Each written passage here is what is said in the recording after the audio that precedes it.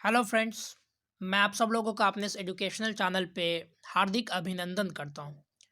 Friends, आज के इस वीडियो में हम लोग बात करने वाले हैं बीपीएससी पॉलिटी सिलेबस के बारे में। जी हाँ फ्रेंड्स, आज के इस वीडियो में हम लोग देखने वाले हैं बीपीएससी पॉलिटी प्रीलिम्स एग्जामिनेशन से लेकर के मेंस एग्जामिनेशन में पॉलिटी यानी राजनीतिक शास्त्र से किन किन टॉपिक्स से ज़्यादा क्वेश्चंस पूछे जाते हैं या इसका कंप्लीट सिलेबस क्या है। तो वीडियो के क्या अंत तक जरूर बने रहें। फ्रेंड्स, अगर आप चाहते हैं कि बीपीएससी एग्जाम को अच्छे ढंग से क्रैक करें तो इसका सबसे मूल मंत्र ये है कि उसके सिलेबस को समझें। बीपीएससी ही नहीं बल्कि कोई भी एग्जाम को अगर आप चाहते हैं कि उसको अच्छे ढंग से क्रैक करें तो उसके प्रीवियस ईयर क्वेश्चंस पेपर को देखें और उसके सिलेबस को समझने की कोशिश करें और उसी के हिसाब से तैयारी करें। तो आज के इस वीडियो में मैं कंप्लीट आपको बताने वाला हूँ बीपीएससी पॉलिटी के सिलेबस के बारे में विथ फुल एक्सप्लेनेशन। अगर जैसा कि मैंने थंबनेल पर लिखा है कि अगर आप लोग इस पूरे सिलेबस को फॉलो कर लेते हैं तो एक क्वेश्चन भी निश्चित इससे बाहर नहीं रहेगा। तो चलिए एक एक करके हम लोग समझने वाले हैं किन किन टॉपिक से क्वेश्चंस पूछे जाते हैं और इसका फुल सिलेबस क्या है।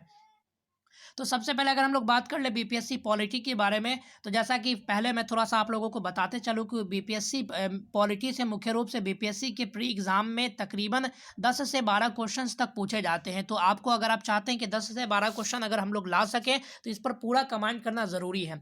तो सबसे पहले अगर बात कर ले तो यहाँ पर सबसे पहले जो है संविधान की हमारी जो मूलभूत अवधारणा है यानी पॉलिटी की जो मूलभूत अवधारणा है वहाँ से क्वेश्चन पूछे जाते हैं। पहला तो ये पूछा जाता है कि राज्य क्या है। दूसरा तो ये पूछा जाता है कि देश क्या है, देश क्या है। यानी कहने का मतलब क्या हुआ कि राज्य क्या है, देश क्या है। राज्य राष्ट्र की अवधारणा, इससे संबंधित जो आपके विषय है उसके बारे में आपको फुल कंसेप्चुअल स्टडी करना है।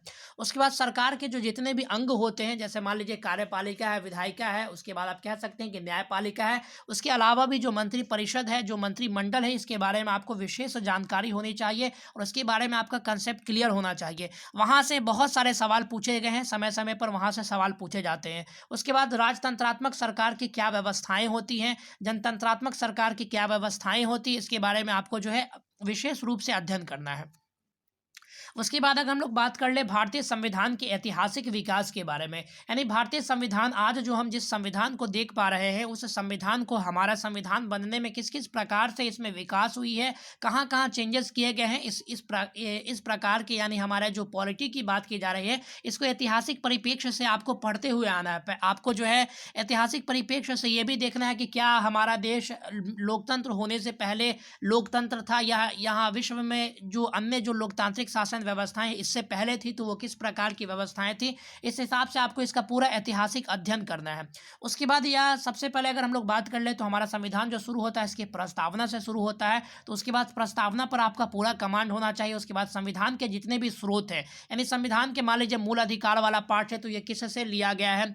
मान लीजिए कि अगर हमारे कर्तव्यों की बात है तो वो किससे ली गई है। डीपीएसपी की अगर बात की जा रही है तो वो किससे ली गई है। इन सब के बारे में आपको विशेष जानकारी होनी चाहिए, यानी इसका क्या क्या सोर्स हो सकता है हमारे संविधान का, उसके बारे में आपको जितने भी तथ्य आप इकट्ठा कर सके वो कम माना जाएगा। ज़्यादा से ज़्यादा तथ्य इसके बारे में इकट्ठा करने की कोशिश करें।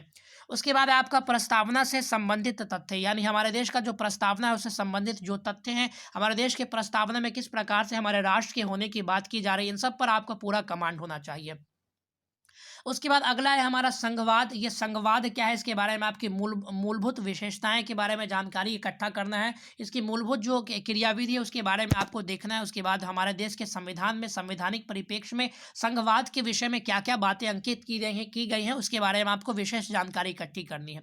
तो आगे बढ़ते देखते आगे हमारा सिलेबस का और कौन सा पोर्शन है। उसके बाद यहाँ पर देख लीजिए नागरिकता से संबंधित जितने भी कानून है, जितने भी संशोधन है वो आपको अच्छे तरीके से याद होने चाहिए, अच्छे से पते होने चाहिए। कौन कौन हमारे देश का नागरिक हो सकता है। आप कह सकते हैं कि नागरिकों के लिए किस किस प्रकार के कर्तव्य, किस किस प्रकार के अधिकार की बात की गई है, इन सब के बारे में आपको अच्छे से पता होना चाहिए।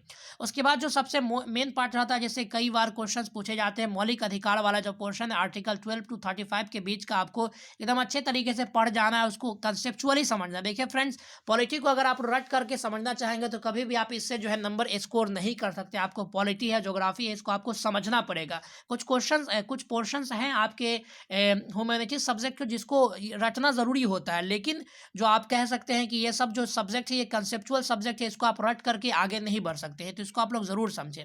उसके बाद आरक्षण की जो बात की जा रही है, आरक्षण को आप लोग अच्छे से समझे। वर्टियल हॉरिजॉन्टल आरक्षण क्या है, उसके बारे में आप आरक्षण के कितने पार्ट्स होते हैं, किस किस प्रकार से आरक्षण दिए जाते हैं, इसको लेकर के संविधान में क्या क्या प्रावधान दिए गए हैं, इसके बारे में आपको विशेष रूप से अध्ययन करना है।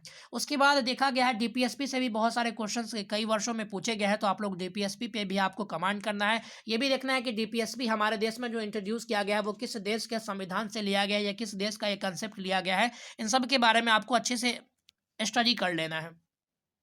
उसके बाद अगर हम लोग बात कर ले तो आगे यहाँ पर दिया हुआ है भारत में शासन व्यवस्था। तो भारत में शासन व्यवस्था की अगर बात की जाए तो यहाँ पर भारत में जो शासन व्यवस्था है, कार्यपालिका है, न्यायपालिका है, उसके बाद आप कह सकते हैं व्यवस्थापिका है, इन सब के बारे में आपको कंपैरेटिव स्टडी करना है। आपको बिहार के बारे में भी स्टडी करना है और केंद्र सरकार के बारे में भी स्टडी करना है, दोनों के बारे में तुलनात्मक अध्ययन करना है। वहाँ से क्वेश्चन, तुलनात्मक अध्ययन से बहुत सारे क्वेश्चन बन सकते हैं।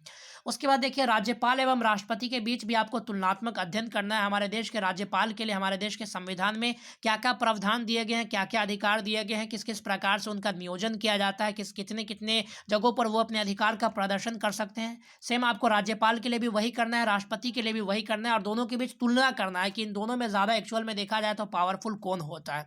इस तरीके की चीज़ों को आपको करना है।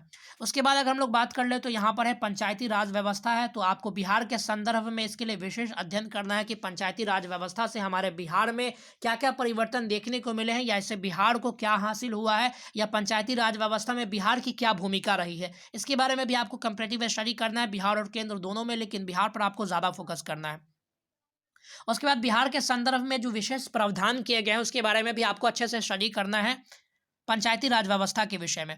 उसके बाद अगर हम लोग आगे बढ़े तो देखते हैं आगे हमारे क्या क्या टॉपिक्स बच जाते हैं।